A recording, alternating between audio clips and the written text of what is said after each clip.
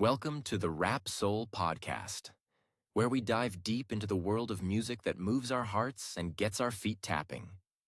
This is the intersection of rap and soul music from the 80s, 90s, and 2000s. We appreciate you for listening. Share this podcast with a friend or family member who loves music as much as you do. The podcast is hosted by 12 Kyle. Next up, the Rap Soul Podcast. Welcome to another edition of the Rap Soul Podcast. I am your boy 12 Kyle. I want to thank you all for tuning in as you do each and every week. This is the Rap Soul Podcast. This is the intersection where we have discussions about music and artists from the 80s, the 90s, and the 2000s when it comes to hip hop, soul, rap, and R&B music. Simply put, this is the best music podcast that you've never heard until right now. Again, I want to thank you all for tuning in as you do each and every week. Shout out to all of you who are checking in on YouTube as well. You see the title.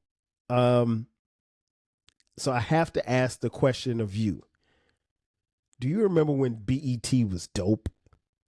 I mean, like really, really dope. When BET was must-see TV. I came to this idea or this concept for this particular episode really for two reasons, or two things that occurred to make me think about doing this episode.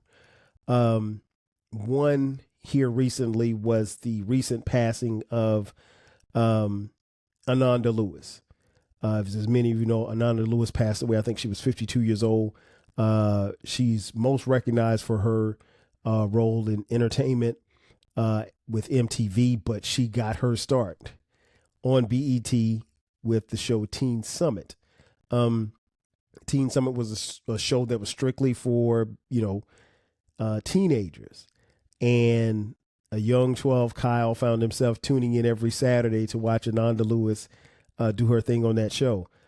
She was smart. She was intelligent. She was beautiful, very talented, and she will definitely be missed. The other thing that made me think about doing this episode was here recently, at the time of this recording, BET just recently celebrated its BET Awards, the annual BET Awards that was hosted by comedian Kevin Hart. Full disclosure, I didn't watch the BET Awards. I have not watched the BET Awards in years. It's not so much of a personal boycott. I'll be honest, I don't watch BET at all. There's really not much that I could tell you that I know for certain that appears on that channel because I quite honestly, I don't watch it and I haven't. And it's because it's no longer dope. And I'm not just saying that as someone who is, an old guy hating from the sidelines. It used to be something very, very special. And it's no longer special, at least not in my eyes. And a lot of people will agree with me with this. BET, as many of you know, or maybe you don't know, stands for Black Entertainment Television. BET got its start when it was founded by Bob Johnson. Bob Johnson founded BET, I want to say in like 1980. I don't remember getting BET in my house until maybe late 1981, early 1982, because we didn't get cable in our house until 81. So somewhere between late 81 and 82, we got BET. And for me, growing up in Florence, South Carolina, BET was everything because it gave me a chance to turn on the TV and simply see people that look like me. BET was must-see TV. It was something that it was a channel that I would watch every single day. There wasn't a day that you didn't watch BET for many of the various programs that they had on there. Notwithstanding a gospel program called the Bobby Jones Gospel Show that ran for all I know, Bobby Jones Gospel Show probably still comes on BET every Sunday morning. But listen, when the TV was turned on Sunday mornings when we were on our way to church, my family, in my household, my mom and dad made sure that Bobby Jones' Gospel Hour was on TV, and that was on BET. BET is a far cry from what it used to be. So let me tell you what it used to be when it was dope. Do you remember when BET had news? And it's funny because me and the homie King Germ, shout out to Germ from Pod and Saved Our Marriage. Make sure you check out his podcast every Friday. He does a great podcast with his wife, Queen Germ. But Germ and I were talking. If we don't talk every day, we talk every other day on the phone. And he reminded me, he was like, man, remember Ed Gordon? Ed Gordon was one of the feature news reporters from BET, and Ed's still alive. I don't know if he's still doing news or not, but Ed Gordon was the news anchor in 1988. And it was a pleasure to see nightly news at 11 o'clock without fail. And it was national news that dealt with Black people and our issues and things that involved us. And occasionally Ed would sit down with, controversial artists or entertainers or political figures and do very dope, in-depth interviews. BET, man, was special. I mean, again, there was no other place in the world where you could get entertainment and news on the same channel. Not like this. It was only BET. And this went from, its inception in the 80s all the way up until the better part of the year 2000 when things changed. And I'll get into that in just a second. BET also offered sports. As a young kid, I remember the BET HBCU Game of the Week. Now, HBCU stands for Historically Black Colleges and Universities. So each week, BET would show a game of the week. Sometimes the games would be shown live. Other times the games would be shown on tape delay. I was never a fan of tape delayed games, but sometimes based on when the game happened and whatever programming BET had that particular day, maybe they couldn't broadcast the game at 1 o'clock because there was some type of show or infomercials that they had to run at 1 o'clock. So they would run the game, I don't know, maybe at 7 that evening. But I remember as a young kid watching a school like Mississippi Valley State. Mississippi Valley State had this quarterback that was like all world. His name was Willie Totten. And he literally, me and my friends used to say he would throw the ball out of the screen because he would drop back to pass and he would throw the ball so high that the cameras couldn't even follow where the ball was. And the ball always landed in the arms of this receiver who wore number 88. And he was sweet. He was bad. The guy's name was Jerry Rice. That's right. The all-time greatest receiver of all time, arguably one of the greatest NFL players of all time. He got his start right there. And I saw him for the first time on my TV watching the BET college football game of the week. And as a kid, I remember saying, man, I would love to go to a school and be playing on TV and get a chance to play for the BET game of the week. Honestly, that was something that I wanted to do. And lo and behold, by the time that I became a senior in 1991, graduated, and then went on to South Carolina State University, I would get a chance to play in a BET game of the week game. And this was long before this wasn't the internet era or streaming or anything like that. My school now, South Carolina State University, I'll give you an example. I saw every game that we played last year on TV on ESPN. I would have chopped my arm off when I was in school to do that, but at least I had the opportunity to be seen on BET. And we played a couple of games on BET. And there's a difference between playing on ESPN and playing for BET. Back then, that was everything. And, ESPN at that particular time in the 80s and 90s, they weren't coming looking to broadcast a black college football game between South Carolina State and North Carolina A&T. But it happened, and I'm thankful for it. But as a kid, to be able to see black colleges and the band, and here's the thing, folks, if you know anything about black colleges, particularly during football season, in a football game, they were always going to show the bands. So no matter what, they had a quick, very brief halftime show, but you always going to get some glimpse of the bands.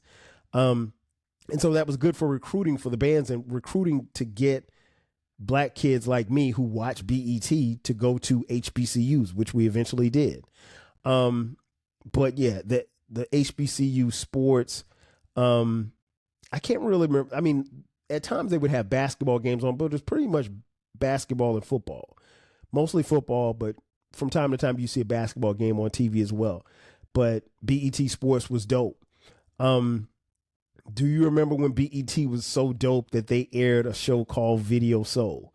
If you've been following the podcast, I did an episode about a year or so ago at the time of this recording about Video Soul. Shout out to the great Donnie Simpson. Video Soul was everything. It was must-see programming. It was to the point where, because I think, if I'm not mistaken, Video Soul came on at like 2:00 in the afternoon. So I would set my VCR, shout out to the VCR, to record Video Soul so I could see who was being interviewed and then watch the videos that were shown in between. And you got to remember, I mean, this is the 80s and the 90s. There was a lot of great soul music that was being played on TV. And there were a lot of great and dope videos. And all of that was on BET. And that was a time when BET was so dope. So shout out to Video Soul, Video Vibrations, Caribbean Rhythms with Rachel. Shout out to Rachel. I saw Rachel about a year or so ago, and she still looks the same. I mean, like, well, I saw her on a FaceTime, but that's another story for another day. But anyway, she's still beautiful. I mean, like, it is crazy. And of course, if you're going to talk music, you got to talk about Rap City. Rap City. Shout out to all of the hosts, the mayor, Chris Thomas, who used to do the little shoulder shimmy. Joe Claire. Shout out to Joe Claire. Big Les, the lovely Big Les. And Tigger. Who can forget about Tigger in the basement? Rap City was my childhood. It was my teenage years. That was the only thing that I know that I consistently watched on TV. I mentioned recording Video Soul. I made sure that I recorded it up until the time that I got home to watch Rap City. And while I was supposed to be doing my homework, I was sitting there watching Rap City, and it was everything. All of my favorite artists appeared on either Rap City or Video Soul. All of them. There's not, the only artist I think that I don't remember appearing on Rap City or Video Soul was Michael Jackson. I think he's the only one. I don't know that Donnie Simpson ever interviewed Michael Jackson. I could be wrong, and maybe one of you could tell me, but I don't think that he ever did. I don't think the mic ever came on. But other than that, I mean, like, any and everybody that you could name, from, Tupac to Biggie to Babyface to New Edition to Lionel Richie, any and everybody in between, they sat down with a host or two from BET. That's when BET was dope, man. They had Rap City, they had Video Soul, they had Video Vibrations, Caribbean Rhythms for the Caribbean family and friends and people who were into that music and culture. It was a little bit of everything, man. BET was so dope. I remember Joe Claire getting the final interview that Biggie ever did, a sit-down interview that he did with Biggie. That was the last TV interview that Biggie ever did before he was tragically murdered. And that video, they shot it when they were in LA, when Biggie was in LA right before he was tragically murdered. But I mean, like, the hosts were always dope. They were engaging. They made you feel like you were in the room with them. When Rap City transitioned to Tigger in the basement, listen, everybody stuck around, or at least wanted to be. Anytime Tigger had somebody in the basement, you wanted to see them freestyle. And for the most part, most of the artists that came into the basement, they freestyled. They didn't go in there with written rhymes, because here's the thing: Big Tigger could freestyle himself. And there were some of your favorite rappers that went in there and actually got beat by Tigger when it came to freestyling. But, great performances. I would suggest, if you're hip hop fans, just go look up basement free BET Rap City basement freestyles on YouTube. You will be there all day because there's so many great episodes of that. And then obviously 106 in Park came. 106 in Park kind of pushed Rap City out of the way. By the time it started moving Rap City out of the way, Rap City was still dope, but it was kind of, slowing down a little bit. Tigger had left. And I'll be honest, once Tigger left, I remember the hosts and stuff that came after Tigger, but I wasn't really checking for them dudes like that. So, but 106 in Park, particularly when they had the host Freeway, I would say Freeway, I'm sorry, AJ and Free. They were dope. And the hosts that hosted after them were dope. I remember Bow Wow on there. Terrence J, Rossi, all of them. 106 in Park became the rival of MTV's TRL. Around that time, somewhere around 2000, was when everything stopped. Everything changed. BET, as we knew it, changed because BET was sold by Bob Johnson to Viacom, who's the parent company of CBS. And from that point, you saw things change. You really did see things change, not necessarily for the better. It felt like, in some ways, that BET was MTV Light or MTV Dark, if you will, because Viacom at that point owned MTV as well. And so in doing it, I understand why Bob Johnson did it. I mean, he was able to, quadruple his worth. He then, after that sale, became a billionaire. I want to say he may have been the first black billionaire in this country. If he wasn't the first, he's one of the first. And so I get it. I understand it. I didn't like it though, because, and I think at that time, BET was housed in DC for all these years. And then they had to move from DC. They moved their major studios from DC to New York City. And BET just had a certain feel in DC. It looked and felt differently once it got to New York City. And like I said, things changed. I don't think they changed for the better. The programming was different. And BET at this particular time wasn't without controversy. I remember distinctly when the late, great Coretta Scott King, Dr. Martin Luther King's wife, passed away. And BET chose not to air her funeral on the air, which looked crazy. And they caught so much hell for that because, like, if you're BET, how do you not show Coretta Scott King's funeral on TV and you're showing, like, infomercials or something like that? It was just crazy. So they caught a lot of flack from that. And then BET ultimately split, and they created other programming channels.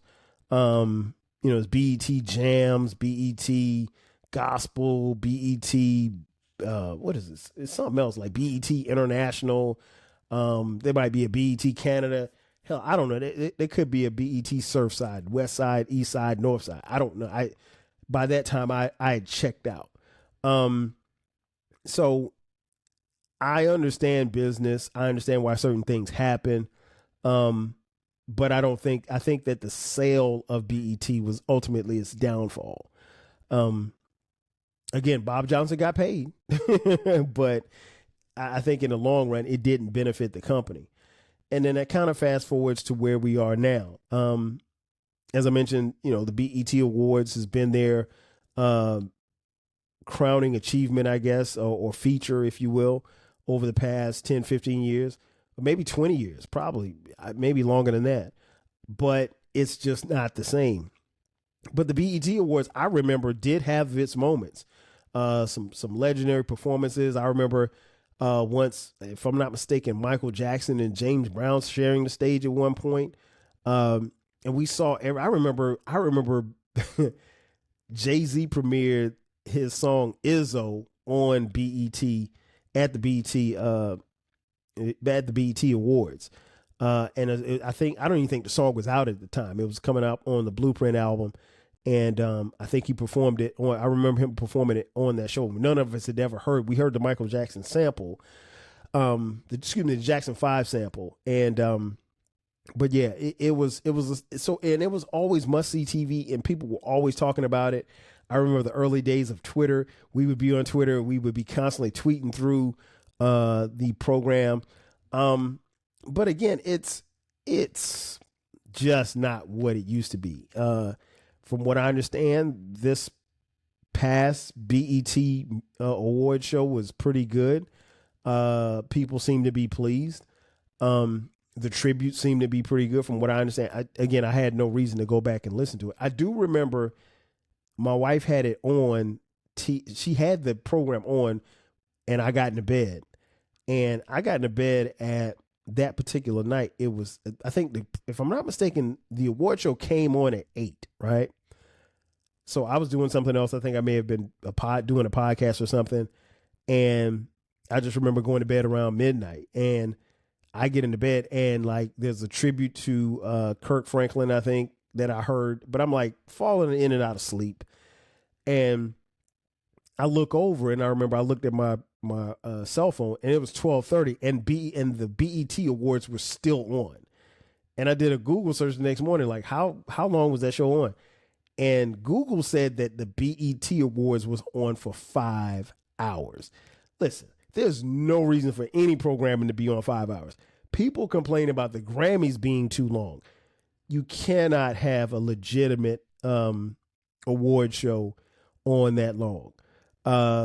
People always will sit and watch the BET Awards and complain about who's being nominated for whatever categories, and people aren't in categories that they should be in categories with.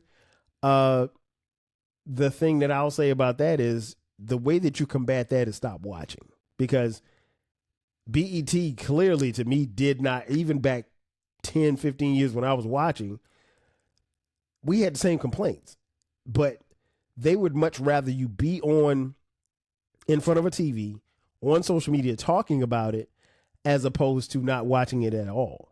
And so I just kind of smartened up, and I was like, I'm not tuning into this. Why would I tune into this and be upset about what I watched? I've just wasted 3 hours of my time. I don't wish BET any harm or anything. In fact, I don't even call it BET. I call it EBT. But I don't wish them any harm. I cannot tune in. The programming, I know that there's probably still a lot of infomercials being run. I know Tyler Perry has gotten involved, and he has some of his shows on BET. I think there's BET Plus or something like that, where it's a streaming service where you can get some of the black shows, some of the shows that we grew up watching on there. But for me, it's just not worth it. It's just not worth it. It's not worth my time. I understand that Rap City's never coming back. I understand that Video Soul, at least the iteration of Video Soul that I grew up on, isn't coming back. And you can bring Donnie Simpson, but I would love to see Donnie Simpson do Video Soul again. And I know at one point in time they were talking about doing it. And who knows? They may have done it. I don't know. But I'm not tuning in. It's just, you can't, once you let that magic out of the bottle, it's in the atmosphere, and you can't ever reclaim it again. Like I said, I don't wish them any bad or anything like that, but I can't imagine sitting through a 5-hour program. I called my homegirl the next day, or maybe a couple of days later, and she said that she watched it, but she fell asleep. And then when I hit the group chat, a couple of guys, they said that they watched it, but they fell asleep too. And I mean, like, bro, if you've got a TV show on, if you got a TV show on for 5 hours, that's ridiculous. Again, I'm a huge NFL fan. I'm not watching the NFL. I could watch an NFL game, and I will watch an NFL game for more than 5 hours, or games, because an NFL games takes about 3 hours. But once the game goes into like midnight, I mean, even if it's a Monday night football game, I'm checking out. Like, I got to get up and go to work in the morning. So I I don't know. It's just not. It used to be dope. It's not dope anymore. And then from the BET Awards spawned the BET Hip Hop Awards. The Hip Hop Awards have been hit or miss. I'll be honest. I remember watching the BET Hip Hop Awards, and they were good some years, but the thing that became popular and the reason why people were tuning in was the BET Cypher. And that was where you would have DJ Premier in a pre-recorded set in a room with like 4 or 5 MCs. They would put the MC's name on the screen and they would bust a freestyle. That was dope. That was really cool. But the flip side of that is that, you know, that was usually the highlight of a lot of BET Awards. And then it got to the point where the BET Awards would be, this is when you know things were bad. The BET Hip Hop Awards were being tape delayed. And I only know this because, one, I follow hip hop, obviously, but I live in Atlanta. And for several years, they would shoot it in Atlanta. They'd shoot it at the Atlanta Civic Center. And so imagine coming to the BET Hip Hop Awards on June 1st, only for, and you sit through an entire show, and only for it to be aired June 17th. Come on, man. What are we doing? That, to me, tells me that you're not legit, because there's no way that the Grammys are being taped and then shown 2 weeks later. There's no way that the Country Music Awards are being taped and then shown 2 weeks later. There's no way that that happens at the American Music Awards, the Billboard Awards. There's no other spectrum, no other entity where that happens, only at EBT. And it just speaks volumes to what it is that they have going on. And like I said, if you record it on June 1st, well, guess what? People that attend, they can tell. And what was happening was people were saying like, okay, hey, Kendrick won Album of the Year. Lil Wayne won Best Song of the Year. This person, Biggie, won Lyricist of the Year. I'm just using that as an example. And so really, by the time those lists got out of who won, unless you wanted to see the performances, you really had no reason to tune in, because it was no longer dope anymore. It was just blah. And unfortunately, to me, it's been blah for a while. I don't know what it would take for me to actually sit and watch the BET Awards again. Honestly, I don't know what it would take for me to sit and watch BET again. Every now and then, I may be thumbing through the channels, and I may see some episodes of The Fresh Prince of Bel-Air, which is one of my favorite shows. And I'll stop and watch that. But with streaming nowadays, I really don't even have to do that, because I can just pull that up on Max. So why should I tune in to BET? To me, it's no longer dope. I'm hopeful that it will continue to be something and be in existence. But all of the power makers and the move makers, Bob Johnson obviously sold it. Stephen Hill, who was a big name there, left many years ago. Deborah Lee, I don't know if she's still involved. All of the major players from the 80s and 90s are gone. And so you're just left with a bunch of history in a time where you were dope. And the one thing about being dope is it's hard to stay dope for a long time. But when you were as dope as they were, for people like me, it's hard to accept something being less than. And to me, BET in its current form is less than what it used to be. And quite frankly, that's just not enough for me to sit down and watch. But I have the memories. Ladies and gentlemen, that's going to do it for me. Thanks again for checking out this edition of the Rap Soul Podcast. Be sure to subscribe to the podcast. We drop weekly episodes every Monday and every Friday. If you're on YouTube, thank you for watching. We have a YouTube channel. Check us out there as well. And don't forget about the flagship station, the 12 Kyle Podcast. We drop new episodes on the 12 Kyle Podcast every Thursday and every Sunday. You can find the 12 Kyle podcast wherever you're listening or watching this episode right here. You can catch us on social media, 12 Kyle, Rap Soul Podcast across the board. We also have merch. We have merch for the 12 Kyle podcast. Just hit the merch button in the description box on any links for the 12 Kyle podcast.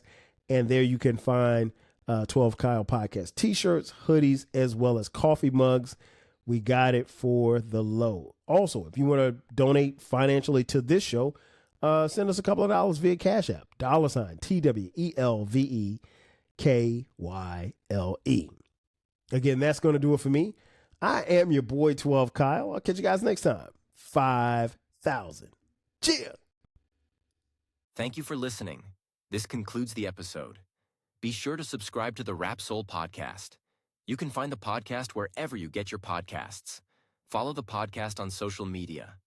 And feel free to continue this discussion on our Reddit page. More importantly, share this podcast with a friend or family member who loves music as much as you do.